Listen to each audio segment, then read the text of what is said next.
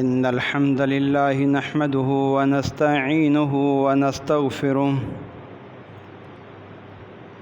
ونعوذ بالله من شرور أنفسنا ومن سيئات أعمالنا من يهده الله فلا مضل له ومن يضلله فلا هادي له وأشهد أن لا إله إلا الله وحده لا شريك له وأشهد أن محمدًا عبده ورسوله أما بعد فإن خير الحديث كتاب الله وخير الهدي هدي محمد صلى الله تعالى عليه وسلم وشر الأمور محدثاتها وكل محدثة بدعة وكل بدعة ضلالة وكل ضلالة في النار فأعوذ بالله السميع العليم وبوجهه الكريم وسلطانه القديم من الشيطان الرجيم بسم الله الرحمن الرحيم حميم والكتاب المبين إنا أنزلناه في ليلة مباركة إنا كنا منذرين فيها يفرق كل أمر حكيم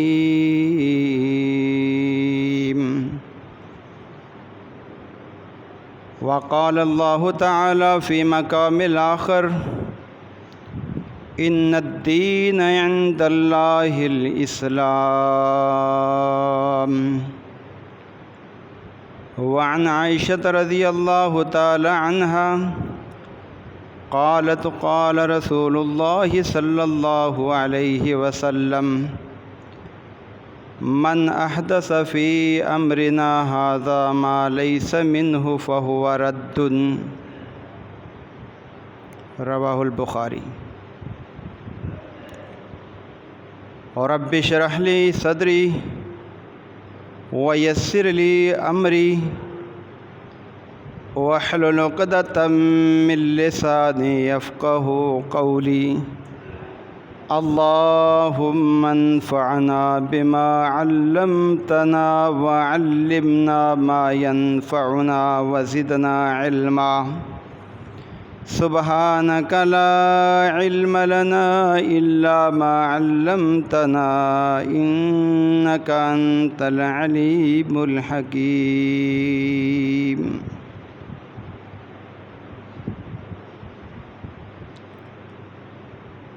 ہر قسم کی تعریفات، ہر قسم کی قولی فعلی اور مالی عبادات، ہر قسم کے تعریفی توصیفی اور حمدیہ کلمات، ہر قسم کی بڑائی کبریائی یکتائی تنہائی اللہ رب العالمین کے لیے جو اکیلا ہی پوری کائنات کا سچا معبود ہے، اور درود و سلام سید المرسلین شفیع المذنبین سید الاولین والآخرین امام الانبیاء والمتقین حبیب اللہ احمد مجتبیٰ جناب محمد الرسول اللہ صلی اللہ علیہ وآلہ وسلم کی ذات گرامی پر حمد و ثنا کے بعد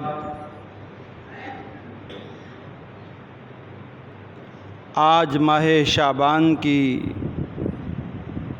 14 تاریخ ہے اور آنے والی رات 15ویں رات یعنی نصف شعبان ہو جائے گا انشاءاللہ۔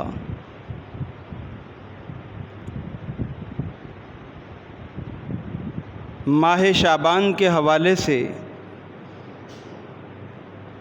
ہمارے معاشرے کے اندر بہت سی ایسی چیزیں موجود ہیں کہ جن کو ہم اپنے دین کا حصہ سمجھتے ہیں،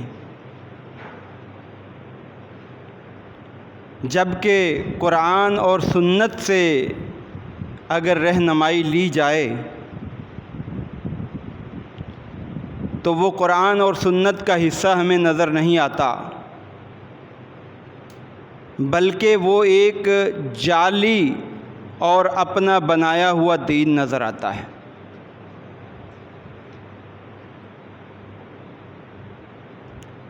دنیا کے معاملے میں اور آپ بہت سمجھدار ہوتے ہیں۔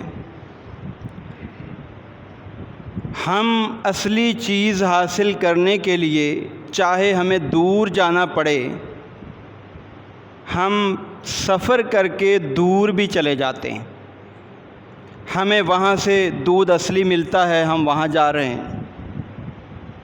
ہمیں وہاں سے شہد اصلی ملتا ہے، وہاں جا رہے ہیں۔ ہمیں گھی فلاں جگہ سے اصلی ملتا ہے، وہاں سے ہم خرید کر لائیں گے۔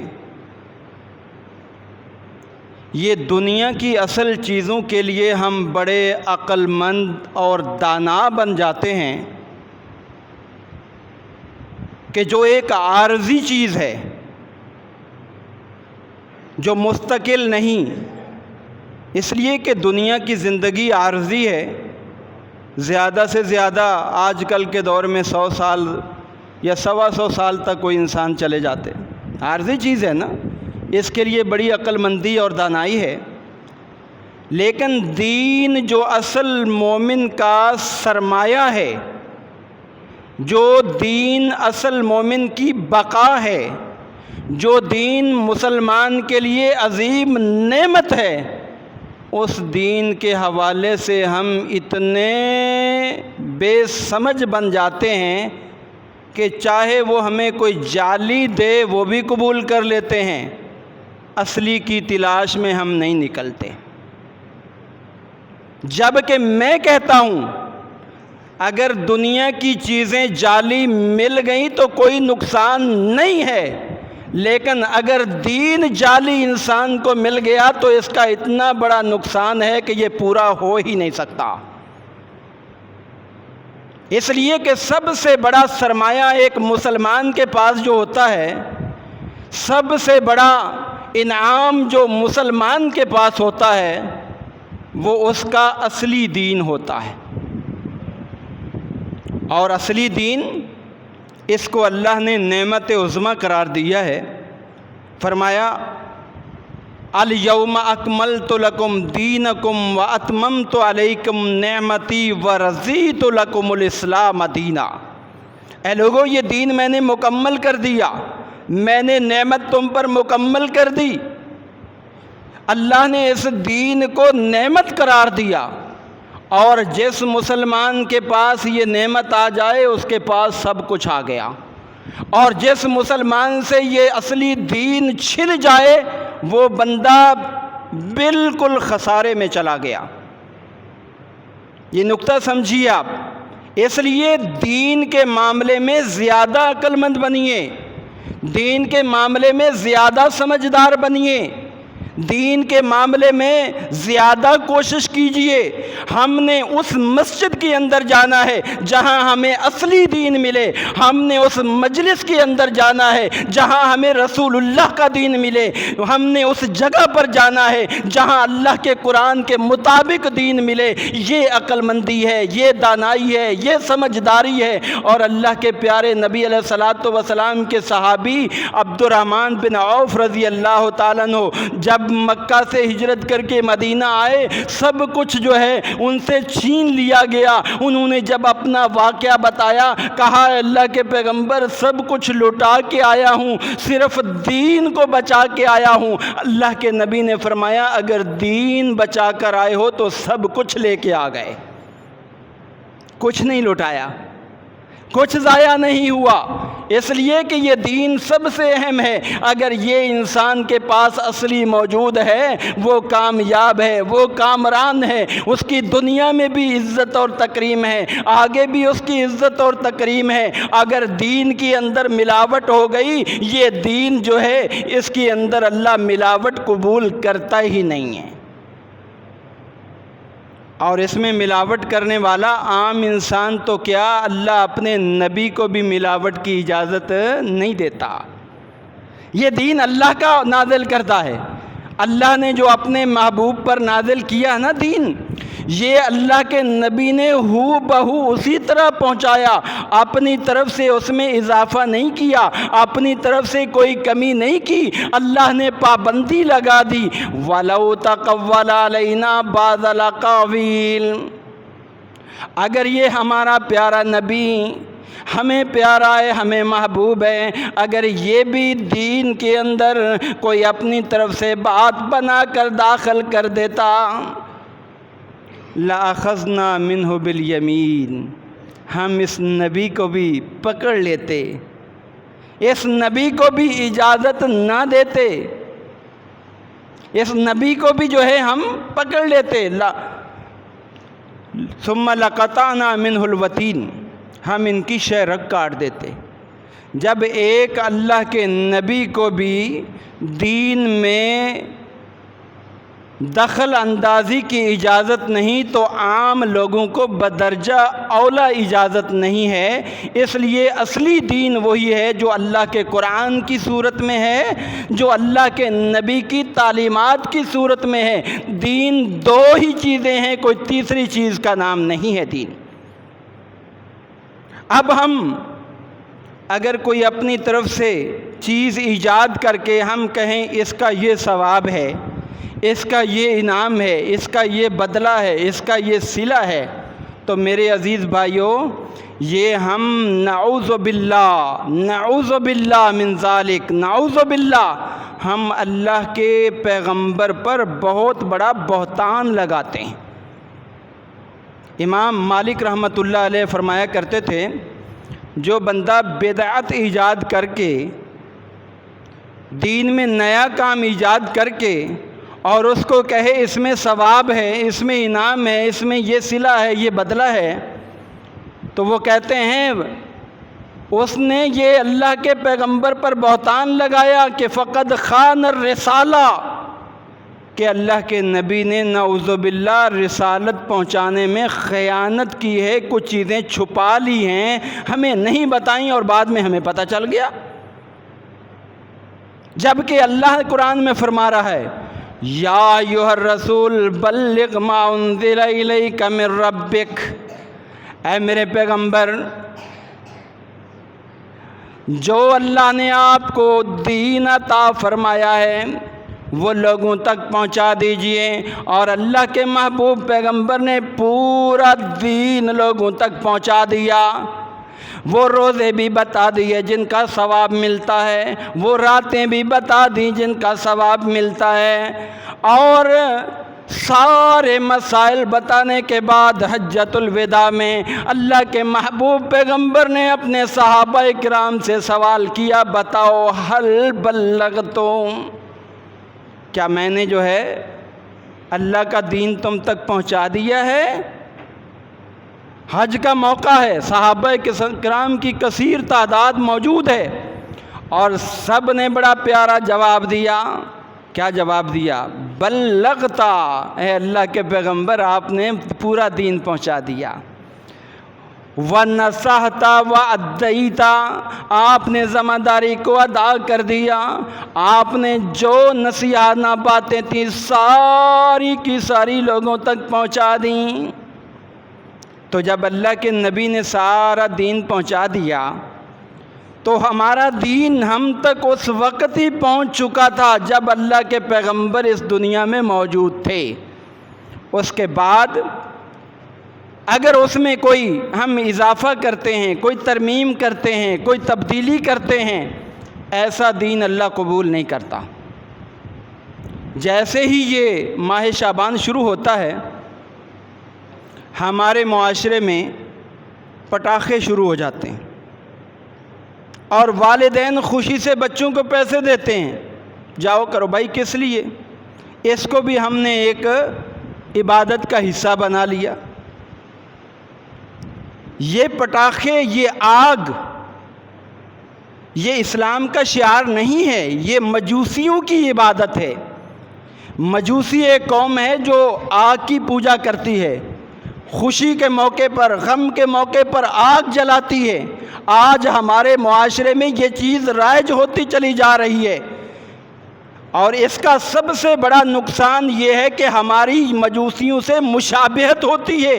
اور اللہ کے محبوب پیغمبر نے فرمایا تھا، من تشبہ بقوم فہو منہم، جو کسی سے مشابہت رکھے گا اللہ قیامت کے دن اس کو ان کے ساتھ ہی شامل کر دے گا۔ کیا میں اور آپ چاہتے ہیں کہ ہمارا بچہ جو ہے مجوسی قوم کے ساتھ چلا جائے جو جہنم کے اندر جائے گی؟ سوچو، غور کرو۔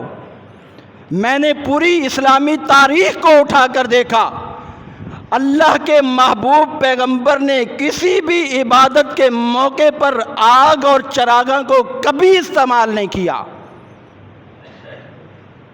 جو آج ہم ایک دین کا شعار سمجھے ہوئے ہیں، بلکہ اللہ کے محبوب پیغمبر کے سامنے جب اذان کے حوالے سے مشاورت ہوئی، کچھ لوگوں نے کہا یہود و نصارہ کی طرح ناقوس بنا لیں، کچھ نے کہا جی وہ مجوسیوں کی طرح آگ جلائیں۔ اللہ کے پیغمبر نے فرمایا نہیں، نہ یہودیوں کا طریقہ ہمیں عبادت میں قبول ہے، نہ عیسائیوں کا قبول ہے۔ اور پھر رات کو صحابی عبداللہ بن زید بن عبد ربہ ہی سوئے، رات کو خواب میں اذان سکھا دی گئی۔ اللہ کے نبی نے فرمایا یہ ہے کلمات، یہ ادا کرو، یہ پڑھو۔ اور اذان بھی جو ہے اللہ تعالیٰ نے ایسی زبردست سکھا دی جس میں اللہ کی بھی بڑائی اور رسول اللہ کی بھی شان۔ تو معلوم ہوا یہ ہمارے دین کا کوئی حصہ نہیں۔ اگر ہم یہ کرتے ہیں تو الٹا گناہ کما رہے ہوتے ہیں بچوں کو پیسے دے کر۔ ایک گناہ یہ ہے کہ فضول خرچی، ان المبذرین کانوا اخوان الشیاطین، جو فضول خرچی کرتے ہیں یہ شیطان کے بھائی، تو شیطان کے بھائی بنا رہے ہیں ہم اپنے آپ کو۔ دوسرے نمبر پر اس کا نقصان مالی بھی اور جسمانی بھی۔ کئی لوگ جو ہے وہ زخمی ہو جاتے ہیں، کئی گھر جل جاتے ہیں، اور سب سے بڑا نقصان دینی۔ اس کے بعد پھر ہم نے اس میں اپنی مخصوص روزے بنا لیے۔ روزوں کے حوالے سے صحیح روایات موجود ہیں، صحیح بخاری میں بھی موجود ہے، مسلم میں بھی، سنن کی کتابوں میں بھی۔ اللہ کے محبوب پیغمبر نے یہ پورا مہینہ روزے رکھے، حتیٰ کہ رمضان کے ساتھ ملا دیا کرتے تھے۔ آپ سے پوچھا گیا آپ روزے کیوں رکھتے ہیں؟ آپ نے فرمایا میں روزہ اس لیے رکھتا ہوں، اس مہینے میں اعمال اللہ کے ہاں پہنچائے جاتے ہیں۔ وَأُحِبُّ أَن يُرْفَعَ عَمَلِي وَأَنَا صَائِمٌ، میں بھی چاہتا ہوں جب میرے اعمال اللہ کے ہاں پہنچیں ان کے اندر روزہ بھی موجود ہو۔ محبوب کبریا نے پورا مہینہ بھی روزے رکھے، لیکن امت کو تعلیم دے دی۔ سنن نبی داؤد کی روایت ہے، اذا انتصف شعبان فلا تصوموا، جب شعبان کی 15 تاریخ ہو جائے تو روزے نہ رکھنا۔ خود آپ نے رکھے لیکن امت کو کیا تعلیم دی؟ روزے نہ رکھنا۔ لہذا 15 تاریخ کو روزے رکھنے سے منع کر دیا گیا۔ اور سنن ترمذی کی روایت ہے، اذا بقی نصف شعبان فلا تصوموا، جب شعبان کی 15 تاریخ آ جائے میری امت کے لوگوں روزے نہ رکھنا۔ معلوم ہوا 15 تاریخ کو روزہ رکھنا یہ شریعت کی خلاف ورزی ہے۔ اب اس کو جو ثواب سمجھ کر کرتا ہے وہ محمد رسول اللہ کی مخالفت کرتا ہے۔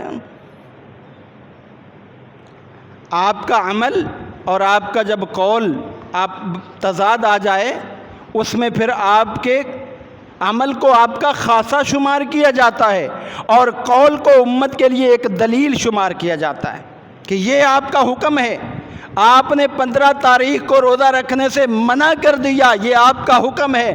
آپ نے خود روزے رکھے، یہ آپ کا فعل ہے۔ محدثین اس بات پر متفق ہیں، جب اس طرح کا معاملہ آئے، جو آپ نے کام کیا ہے وہ آپ کا خاصہ شمار ہوگا، اور جو آپ نے حکم دیا ہے وہ امت کے لیے حکم ہوگا۔ اور پھر اللہ کے پیارے نبی علیہ الصلاۃ والسلام نے ہر عمل کر کے دکھایا۔ روزوں کے حوالے سے آپ کی یہ تعلیم یہاں تک ہے کہ امت کو تعلیم دے دی کہ 15 سے پہلے روزے رکھ سکتے ہو، اس کے بعد آپ نے روزے نہیں رکھنے۔ پھر اس کے بعد 15ویں شب کے حوالے سے جو ہمارے معاشرے میں چیزیں رائج ہیں، اس کے بارے میں نے بہت تحقیق کی۔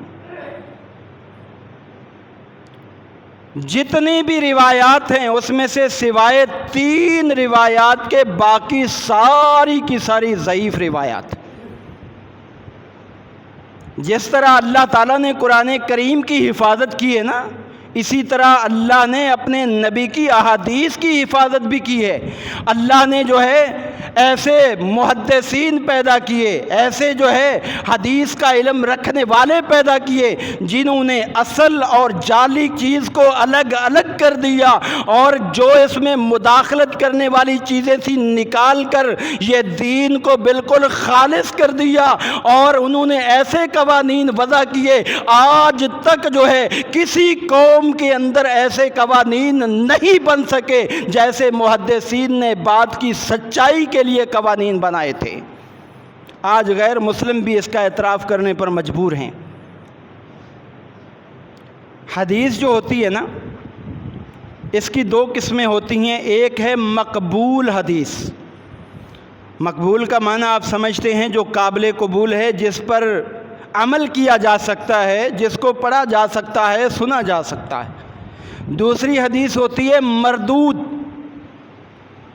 کہ جو قابل عمل نہیں ہے اس کو رد کیا جائے گا، ریجیکٹ کیا جائے گا، قبول نہیں کیا جائے گا۔ وہ قابل عمل نہیں، وہ لوگوں نے گھڑی ہوئی ہے، اس کے اندر جو ہے کوئی پوشیدگی ہے، ابہام ہے، وہ دین کا حصہ نہیں ہے۔ یہ محدثین نے 2 صورتیں بیان کی ہیں، مقبول اور مردود۔ پھر مقبول حدیث جو ہے صرف اس کے 4 درجے ہیں، 4 جو مقبول حدیث ہے۔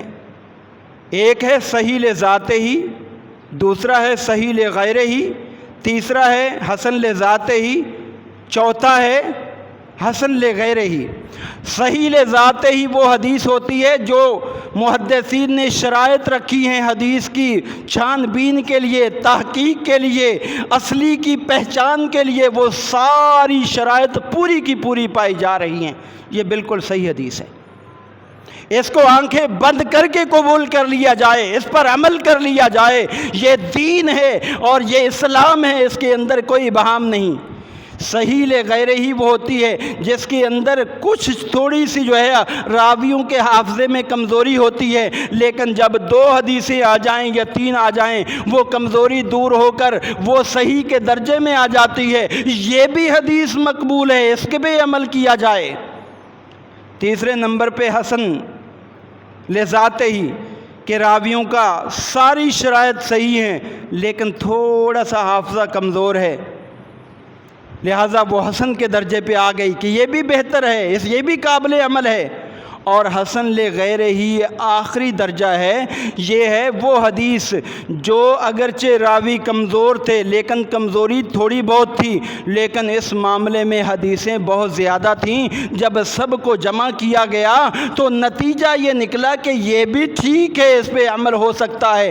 بس یہ 4 درجے جو ہے یہ صحیح حدیث کے ہیں جن پر عمل ہو سکتا ہے۔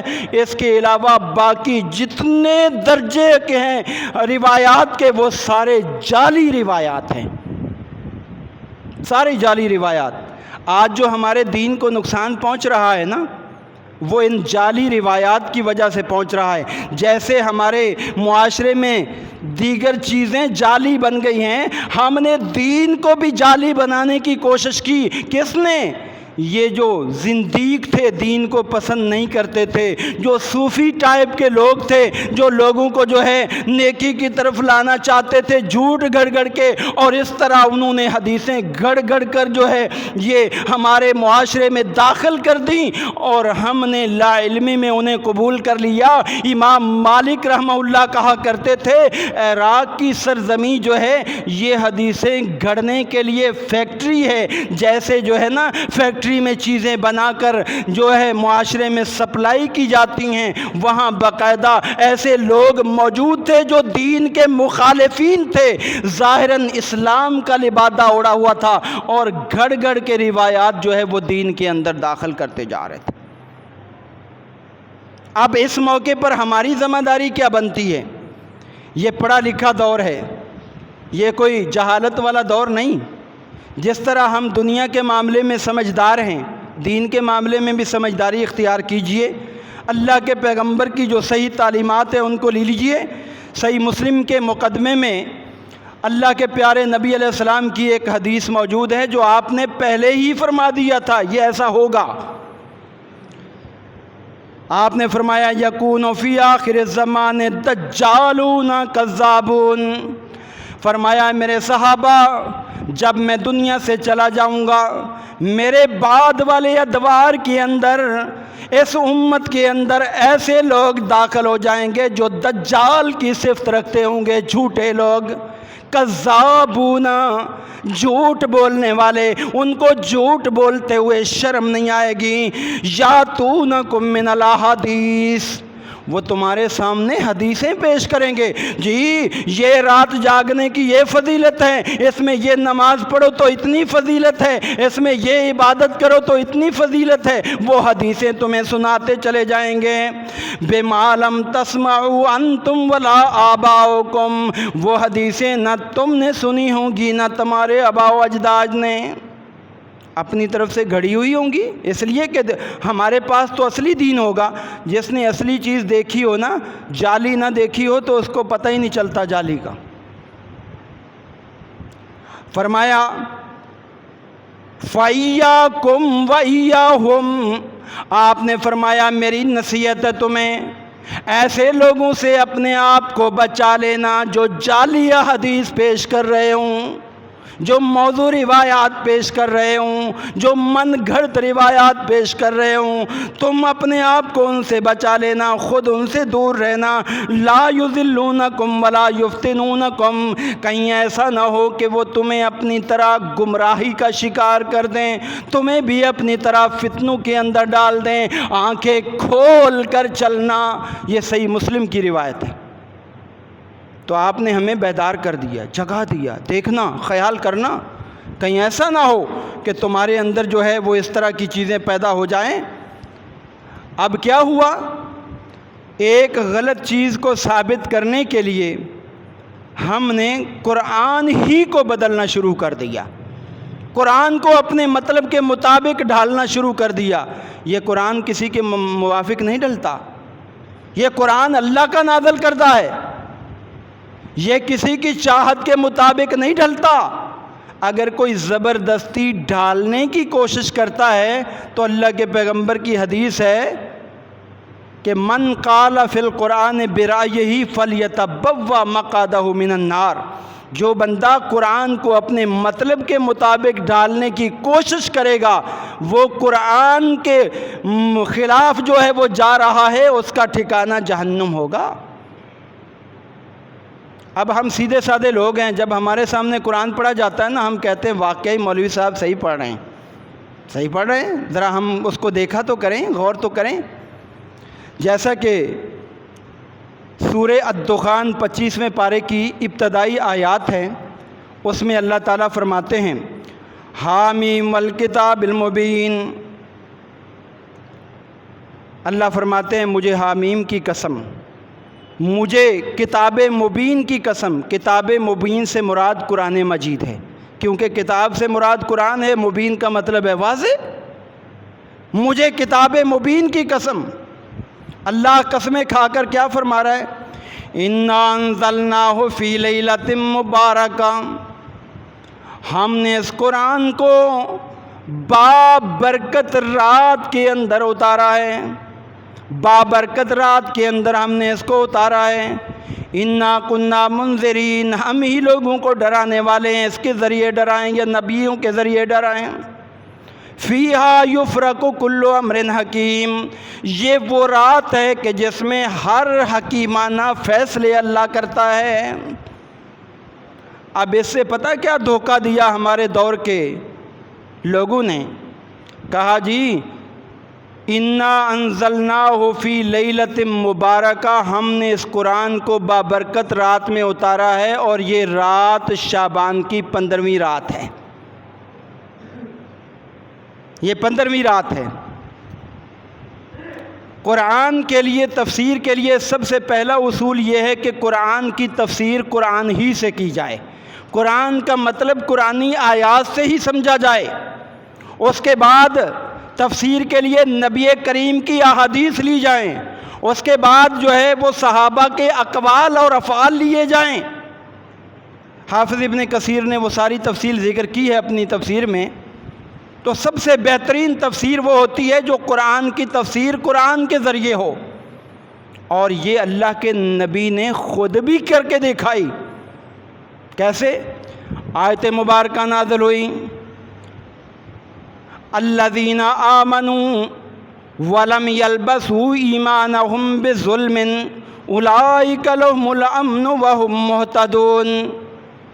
آیت مبارکہ نازل ہوئی، اللہ فرماتے ہیں لوگوں، وہ لوگ جو ایمان لائے اور ایمان لانے کے بعد انہوں نے اپنے ایمان میں ظلم کی ملاوٹ نہ کی، ظلم شامل نہ کیا ایمان لانے کے بعد، ایسے لوگوں کو اللہ امن فراہم کرے گا، یا تو دنیا کا امن یا آخرت کا بھی امن ہے۔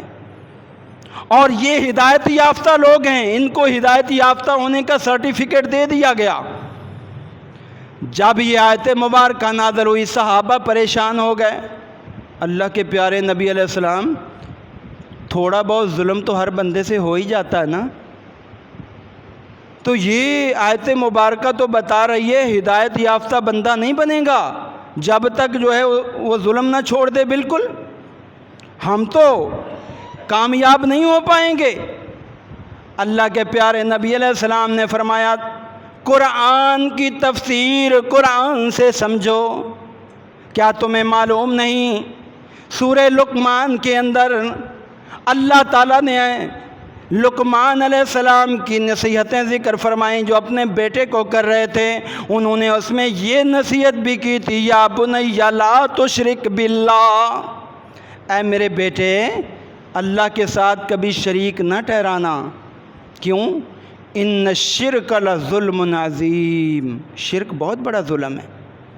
تو اللہ کے نبی نے قرآن کی آیت کی تفسیر قرآن سے سمجھا دی، ایک آیت کی تفسیر دوسری آیت سے سمجھا دی۔ آئیے میں بھی آپ کو قرآن کی تفسیر قرآن سے سمجھا دیتا ہوں۔ اللہ نے اس میں فرمایا ہے کہ ہم نے اس رات میں قرآن اتارا۔ میں اور آپ جانتے ہیں کہ قرآن کس مہینے میں اتارا؟ سورہ البقرہ آیت نمبر 185 ہے۔ اللہ فرماتے ہیں شہر رمضان الذی انزل فیہ القرآن، رمضان وہ مہینہ ہے جس میں اللہ نے قرآن نازل فرمایا۔ اب آج کا مولوی کہتا ہے شعبان کی 15 کو نازل ہوا، اللہ کا قرآن کہتا ہے رمضان میں نازل ہوا۔ مولوی کی بات سچی ہے یا قرآن کی بات سچی ہے؟ آیت نمبر 185 ترجمہ خود پڑھیے گا گھر میں جا کے، تاکہ آپ کو پتہ چل جائے کہ اصلی دین کن کے پاس ہے اور جعلی دین کن کے پاس ہے۔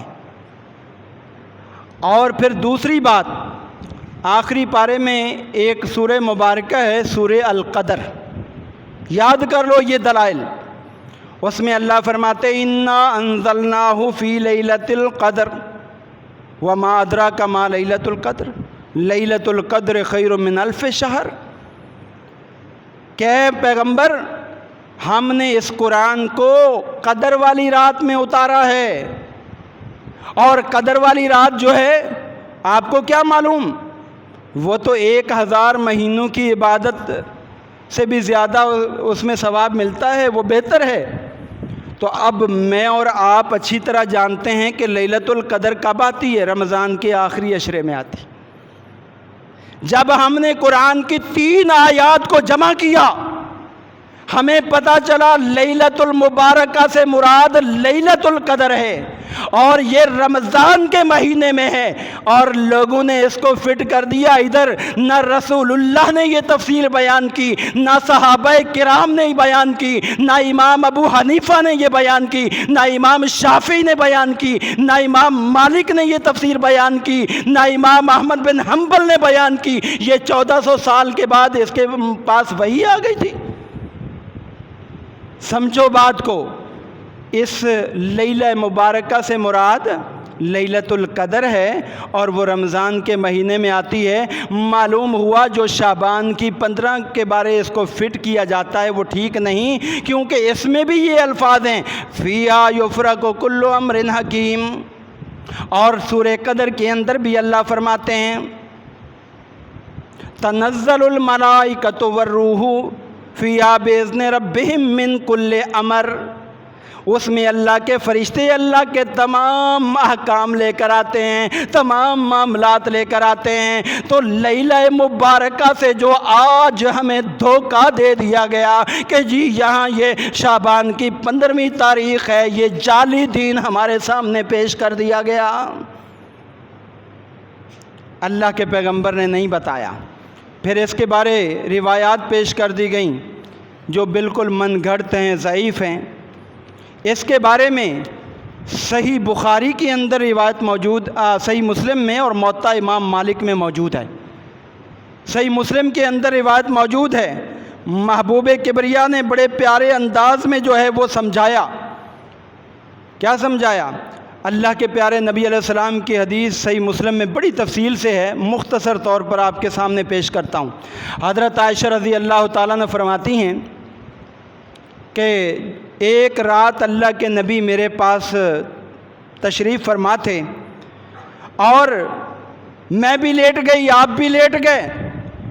آپ صلی اللہ علیہ وسلم جو ہے اچانک آرام سے اٹھتے ہیں، اپنے کپڑے درست کرتے ہیں، اپنا جوتا مبارک لیتے ہیں، آرام سے اپنی چادر اوپر لیتے ہیں، اور آرام سے دروازہ کھول کر باہر چلے جاتے ہیں۔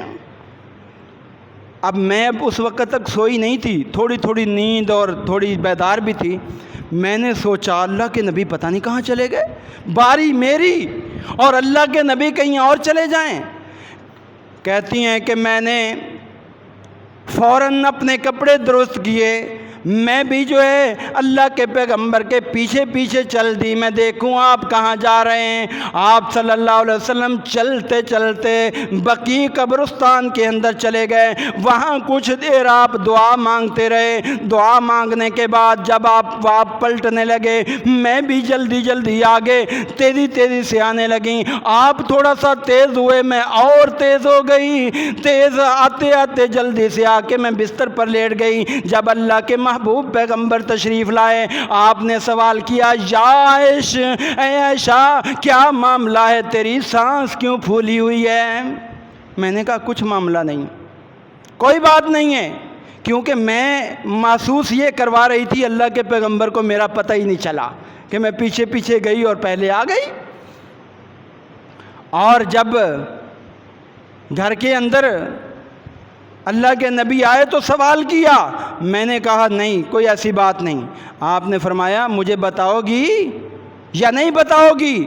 اگر نہیں بتاؤ گی لَيُخْبِرَنَّ اللَّهُ الْعَلِيمُ الْخَبِيرُ، اگر تم نہیں بتاؤ گی نا تو میرا رب مجھے بتا دے گا جو علیم اور خبیر ہے، تیرے معاملے میں بھی بتا دے گا، بتا دو۔ پھر انہوں نے سارا واقعہ سنا دیا، کہا جی آپ نے یہ کیا تھا، اور میں بھی جو ہے ابھی جاگ رہی تھی، میں آپ کے پیچھے گئی، میں نے کہا دیکھوں کیا کرتے ہیں۔ آپ نے فرمایا عائشہ کیا آپ کو یہ گمان تھا ان یحیف اللہ علیک ورسولہ، اللہ اور اس کا رسول تیرے اوپر ظلم کریں گے؟ کیا تجھے یہ امید تھی؟ مطلب آپ کا یہ تھا کہ باری تمہاری ہے، میں کسی اور کے پاس چلا جاؤں تو یہ بھی ظلم ہے، کیونکہ ظلم کی تعریف ہے وضع الشیء فی غیر محلہ، ایسا نہیں ہو سکتا، میں نہیں کر سکتا تھا۔ پھر عائشہ رضی اللہ عنہ نے سوال کیا اللہ کے نبی میں قبرستان جاؤں تو میں کون سی دعا پڑھوں؟ اللہ کے نبی نے پھر وہ دعا بھی سکھائی۔ بس یہ حدیث ہے، یہ صحیح حدیث موجود ہے، اس میں کہیں بھی 15 شعبان کی رات کا ذکر نہیں ہے، کہیں بھی۔ اب اس کو جو ہے نا جعلی بنا کے 15 کے ساتھ فٹ کر دیا۔ سب سے پہلی بات تو یہ سمجھیں اللہ کے نبی جو ہے وہ دین لوگوں تک پہنچانے کے لیے آئے تھے، یہ چھپا چھپا کر یہ کام کرنا یہ کون سا کوئی دین ہوتا ہے؟ دین کی پہنچانے کی تو ذمہ داری تھی اللہ کے نبی کی، لہٰذا یہی روایت ہے۔ اور یہ کب ہوئی؟ یہ اگر تاریخ کو اٹھا کر دیکھا جائے تو یہ اللہ کے پیغمبر کی وفات سے کچھ دن پہلے کا واقعہ تھا۔ اللہ تعالیٰ نے جبریل کو بھیجا کہ جو غزوہ احد میں شہید ہوئے تھے ان کی بڑی قربانیاں ہیں، انہوں نے سب کچھ قربان کیا تھا، میرے نبی ان کے لیے جا کے دعا کر کے آئیے۔ آپ رات کے وقت جو ہے ان کے لیے دعا کرنے کے لیے چلے گئے اور آپ دعا کر کے آئے ان کے لیے، یہ اللہ کا حکم آیا تھا۔ اور اس کے بعد تو شعبان کی رات آئی ہی نہیں۔ سوچنے کی بات ہے، اس کو اس کے ساتھ فٹ کرنا یہ بالکل درست نہیں ہے۔ پھر اس کے بارے جو صحیح روایت ہے وہ پیش کر دیتا ہوں تاکہ بات کھل کر واضح ہو جائے۔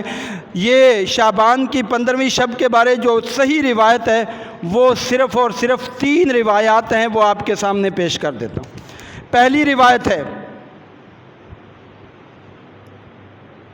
اللہ کے پیارے نبی علیہ الصلوۃ والسلام نے فرمایا ہے میرے صحابہ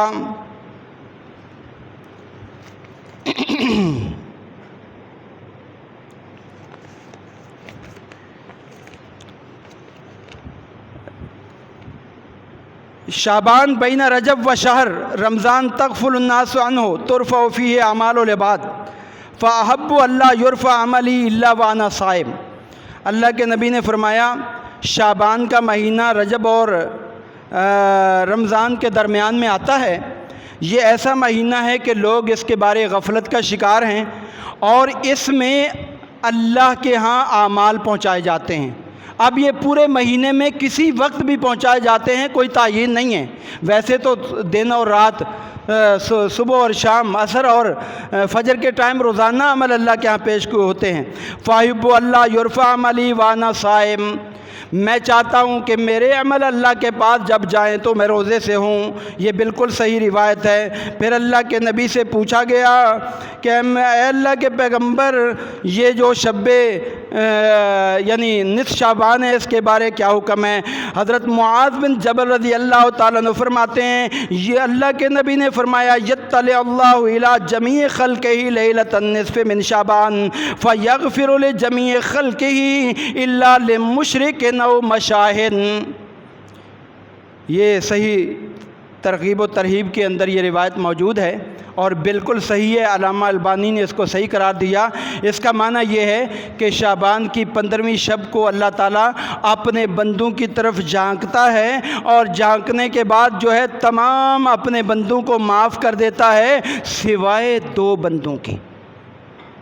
جو شرک کرنے والا ہو نا اس کو اللہ کبھی معاف نہیں کرتا، اور جو کینہ پرور ہو اس کو معاف نہیں کرتا، باقی سب کو معاف کرتا ہے۔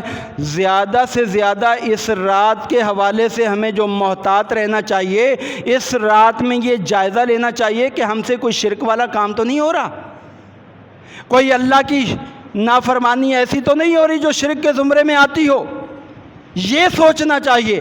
اور دوسرے نمبر پر اگر کسی مسلمان کے دل میں کینہ ہے، بغض ہے، عداوت ہے، وہ نکال دینی چاہیے۔ یہ جو ہے یہ صحیح روایت ہے۔ اس کے علاوہ تیسری روایت جو صحیح ہے وہ یہ ہے اذا کان لیلۃ النصف من شعبان ان اطلع علی خلقہ فیغفر للمؤمنین ویملی للکافرین، کہ جب شعبان کی نصف رات ہوتی ہے اللہ تعالیٰ اپنے بندوں کی طرف جھانکتا ہے، مومنوں کو بخش دیتا ہے، کفار کو ڈھیل دے دیتا ہے کہ تم بھی جو ہے سیدھی راہ پہ آ جاؤ۔ وَیَدَعُ أَهْلَ الْحِقْدِ بِحِقْدِهِمْ، اور جو کینہ پرور لوگ ہوتے ہیں نا ان کو ان کی حالت پہ چھوڑ دیتا ہے، ان کو معاف نہیں کرتا حتیٰ یدعوہ، جب تک اس کو وہ چھوڑ نہ دیں۔ بس یہ 3 روایات جو ہے نا یہ کوئی صحیح ہیں کوئی حسن درجے کی ہیں۔ باقی روایات جن کے بارے میں مثلا صلاۃ الفیہ کہ جی جو آدمی نماز پڑھے اس میں 1000 مرتبہ قل هو اللہ احد پڑھے، یہ فضیلت ہے، یہ فضیلت ہے۔ میرے عزیز بھائیوں، میرے پیارے دوستوں، آپ جانتے ہیں میں حق اور سچ آپ کے سامنے رکھتا ہوں، اور میں اللہ کو حاضر ناظر جان کر یہ اعلان کرتا ہوں کہ جو میں بیان کر رہا ہوں اللہ کے فضل و کرم سے یہ حق اور سچ ہے، اور باقی جتنی بھی اس کے بارے روایات ہیں وہ ساری کی ساری جو ہے وہ ضعیف ہیں، مردود ہیں، باطل ہے۔ یہ اسلام کے دشمنوں نے گھڑ کر مسلمانوں میں فرقہ واریت پیدا کرنے کے لیے جو ہے یہ مہیا کرتی ہیں۔ اب اس میں جو ہے وہ حلوہ بنانا کہ جی حلوہ کیوں بنایا جاتا ہے؟ اس لیے جی اللہ کے نبی کے دندان مبارک جو ہے نا وہ شہید ہوئے تھے، آپ نے حلوہ کھایا تھا۔ یہ بھی من گھڑت اور جھوٹ ہے، اس لیے کہ دندان مبارک آپ کے غزوہ احد میں شہید ہوئے۔ جاؤ تاریخ کی کوئی کتاب بھی اٹھا لو، غزوہ احد شوال میں ہوا ہے، شعبان میں نہیں ہوا۔ اور پھر اویس کرنی کی مثال پیش کی جاتی ہے، جی انہوں نے دانت توڑ لیے تھے اللہ کے نبی کی محبت میں۔ میرے عزیز بھائی، اللہ کا نیک بندہ اللہ کی نعمت کو کیسے ضائع کر سکتا ہے؟ اگر یہ محبت آپ نے کرنی ہے تو پہلے اپنے دانت توڑو، پھر اس کے بعد کھاؤ، تاکہ محبت پوری ہو نا۔ نہیں میرے عزیز بھائیوں، یہ من گھڑت باتیں ہیں، ان کے پیچھے مت چلو۔ پھر جو ہے اس رات کے حوالے سے یہ پیش کیا جاتا ہے، جی اس میں قبرستان جاؤ۔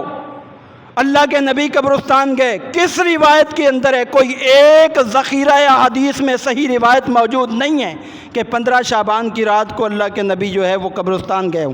قبرستان جانا چاہیے، اپنی جو ہے عزیز و اقارب کے لیے دعائیں مانگنی چاہیے۔ آپ نے فرمایا تھا کنت نہیتکم عن زیارت القبور فزوروها، میں نے تمہیں پہلے منع کیا تھا اب زیارت کرو۔ فإنها تذکر الآخرہ، یہ آخرت یاد دلاتی ہیں۔ لیکن یہ 15 کی ساتھ خاص نہیں ہے۔ اگر آپ 15 کو خاص کر لیتے ہیں تو یہ سمجھ لیں ایک نیا کام ایجاد کر رہے ہیں آپ، کوئی اس کی دلیل موجود نہیں ہے۔ اگر ہے تو کوئی پیش کرے صحیح روایت، کوئی نہیں ایسی۔ تو اس لیے قبرستان جانا اس رات میں کوئی نہیں۔ اصل مسئلہ پتہ کیا ہے؟ ہم ہیں سنی بہت بھولے بالے، اور میں پہلے بھی ذکر کر چکا ہوں کونڈوں کے حوالے سے کہ رافضیت بڑی ہوشیار ہے۔ وہ اس طرح جو ہے چیزیں گھڑ کے اہل سنہ میں داخل کرتے ہیں کہ ان کا مطلب بھی پورا ہو جائے اور یہ بھی حق سے ہٹ جائیں، اور ہم بے سمجھ ہے کہ دین کے معاملے میں تحقیق نہیں کرتے۔ جو بھی چیز آئے پہلے مستند عالم دین سے پوچھیں کیا واقعہ یہ بات صحیح ہے یا غلط ہے۔ یہ تحقیق والا جذبہ پیدا کرو۔ کیا ہے جی اس کے بارے آپ کو معلوم ہے؟ جو رافضی ہیں ان کا عقیدہ ہے، ان کا عقیدہ بتا رہا ہوں کہ جو امام غائب ہے 12واں امام، وہ 15 شعبان کو پیدا ہوا تھا، 15ویں شب کو پیدا ہوا تھا۔ لہٰذا کیا کرنا ہے؟ اس کے بارے 2 حوالے نوٹ کر لو۔ تحفۃ العوام کتاب ہے رافضیت کی، صفحہ 492 ہے۔ اس کے اندر اس کا مؤلف لکھتا ہے امام غائب کی ولادت جو ہے شعبان کی 15ویں شب کو ہوئی۔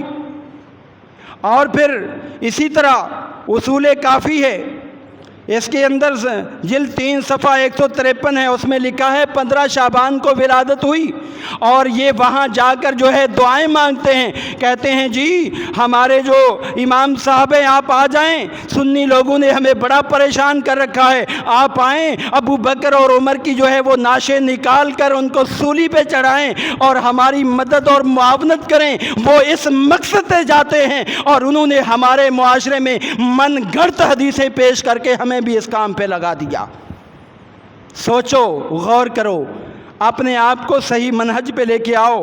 اور اسی طرح ملا باقر مجلسی نے حق العین کے اندر لکھا ہے کہ امام مہدی جو ہے وہ غاروں کے اندر گئے ہیں، وہاں پر گئے ہیں اور وہاں ان کے لیے جایا کرو، وہاں جو ہے قبرستان جایا کرو، صفائیاں کیا کرو، وہ اس اپنے مقصد کی تکمیل کے لیے جائیں اور ہم سنی بے سمجھ ان کے پیچھے چلتے چلے جائیں۔ اے اللہ کے بندو، صحابہ کا بڑا مقام ہے، بڑا مرتبہ ہے، اور جو چیز اللہ کے نبی نے نہیں بتائی میں اور آپ اگر وہ کریں گے تو سوائے ثواب کے نہیں گناہ ملے گا، وہ بدعت کے زمرے کے اندر آ جائے گی، اور ہر بدعت گمراہی ہے اور ہر گمراہی جہنم میں لے جانے والی ہے۔ اس کے علاوہ روزے کے حوالے سے بھی جو روایات پیش کی جاتی ہیں، کوئی ایک روایت بھی جو ہے وہ صحیح نہیں ہے۔ یہ خلاصہ کلام ہے، اس لیے عقل مند بنو، دانا بنو۔ جو اللہ کے محبوب پیغمبر نے بتایا وہ اتھنٹک ہے، وہ بالکل صحیح ہے۔ نفلی روزہ رکھنے کا ثواب بہت زیادہ ہے۔ ایک روزہ رکھنے سے بندہ اتنا دور جہنم سے چلا جاتا ہے جتنا 70 سال تک سفر کر کے جاتا ہے، اتنا دور۔ لیکن اگر یہ بدعت کر لی تو پھر کیا ہوا؟ اور یہ جو اس حوالے سے یہ عقیدہ بھی رکھا جاتا ہے کہ جی 15 شعبان کو جو ہمارے عزیز و اقارب مر جاتے ہیں نا، ان کی روحیں واپس آتی، ان کی روحیں واپس آتی ہیں۔ اللہ کے بندو، یہ قرآن کے خلاف ہے۔ یہ ہندوؤں کا عقیدہ ہے کہ روح واپس آتی ہے، کسی اور کے اندر چلی جاتی ہے، مسلمانوں کا عقیدہ نہیں۔ وَكَمْ أَهْلَكْنَا قَبْلَهُمْ مِنَ الْقُرُونِ أَنَّهُمْ إِلَيْهِمْ لَا يَرْجِعُونَ۔ اللہ کا قرآن پڑھو، سورہ یاسین پڑھو۔ اللہ فرماتے ہیں پہلے جتنے لوگ مر گئے ہیں ذرا غور تو کرو، ان میں سے کوئی بھی واپس لوٹ کر نہیں آ سکتا۔ انہم الیہم لا یرجعون، سورہ یاسین پڑھو اس کا معنی۔ اور اللہ فرماتے ہیں وَمِن وَرَائِهِمْ بَرْزَخٌ إِلَىٰ يَوْمِ يُبْعَثُونَ، جو دنیا سے چلے جاتے ہیں دوبارہ وہ واپس آ ہی نہیں سکتے، اس لیے کہ ان کے اور دنیا والوں کے درمیان آڑ اللہ کر دیتا ہے، پردہ کر دیتا ہے، یہ آ ہی نہیں سکتے۔ جب آ نہیں سکتے تو کیسے؟ اور میں یہاں پر یہ بھی اضافہ کرتا ہوں، آئیں گے کیسے؟ اگر ان کو جنت کی سہولیات ملی ہیں تو دنیا کی یہ جو پریشانیاں جھنجھٹ جھیل کر گئے ہیں، یہاں آنا کیسے پسند کریں گے؟ پسند ہی نہیں کریں گے۔ اور اگر جو ہے جہنم کی جو ہے وہ کھڑکی کھلی ہوئی ہے تو فرشتے آنے ہی نہیں دیں گے، کیسی روحیں آئیں گی؟ یہ باطل عقائد ہیں، یہ ہندوؤں سے لیے گئے ہیں۔ اللہ تعالیٰ سے دعا ہے کہ اللہ تعالیٰ ہمیں حق سمجھنے اور اس کے مطابق اپنا ہر عمل بنانے کی توفیق عطا فرمائے۔ یہ ماہ شعبان میں 15ویں شب کو جاگنے کا کوئی ثواب نہیں، یہ چراغاں کرنے کا کوئی ثواب نہیں، یہ 15ویں کے بعد جو ہے روزہ رکھنے کا جو ہے کوئی ثواب نہیں۔ اس لیے اگر کوئی ویسے روزے رکھتا جا رہا ہے 12 13 14 15 تو وہ رکھ سکتا ہے۔ کوئی جمعرات اور پیر کا روزہ رکھتا ہے، اس میں یہ روزہ آ گیا، وہ رکھ سکتا ہے۔ کوئی جو ہے ایک دن چھوڑ کر ایک دن روزہ رکھتا ہے، اس میں یہ روزہ آ گیا، وہ رکھ سکتا ہے۔ لیکن بطور خاص رات جاگنا، بطور خاص عبادت کرنا، بطور خاص روزہ رکھنا نہ قرآن میں ثابت ہے، نہ نبی کی احادیث میں ثابت ہے۔ اس لیے اپنا عقیدہ درست کیجئے میرے عزیز بھائیوں، اصلی دین یہ ہے، اور باقی جو ہے اس کو چھوڑ دیجئے۔ اللہ تعالی ہمیں سمجھنے اور عمل کرنے کی توفیق عطا فرمائے۔ وآخر دعوانا الحمدللہ رب العالمین۔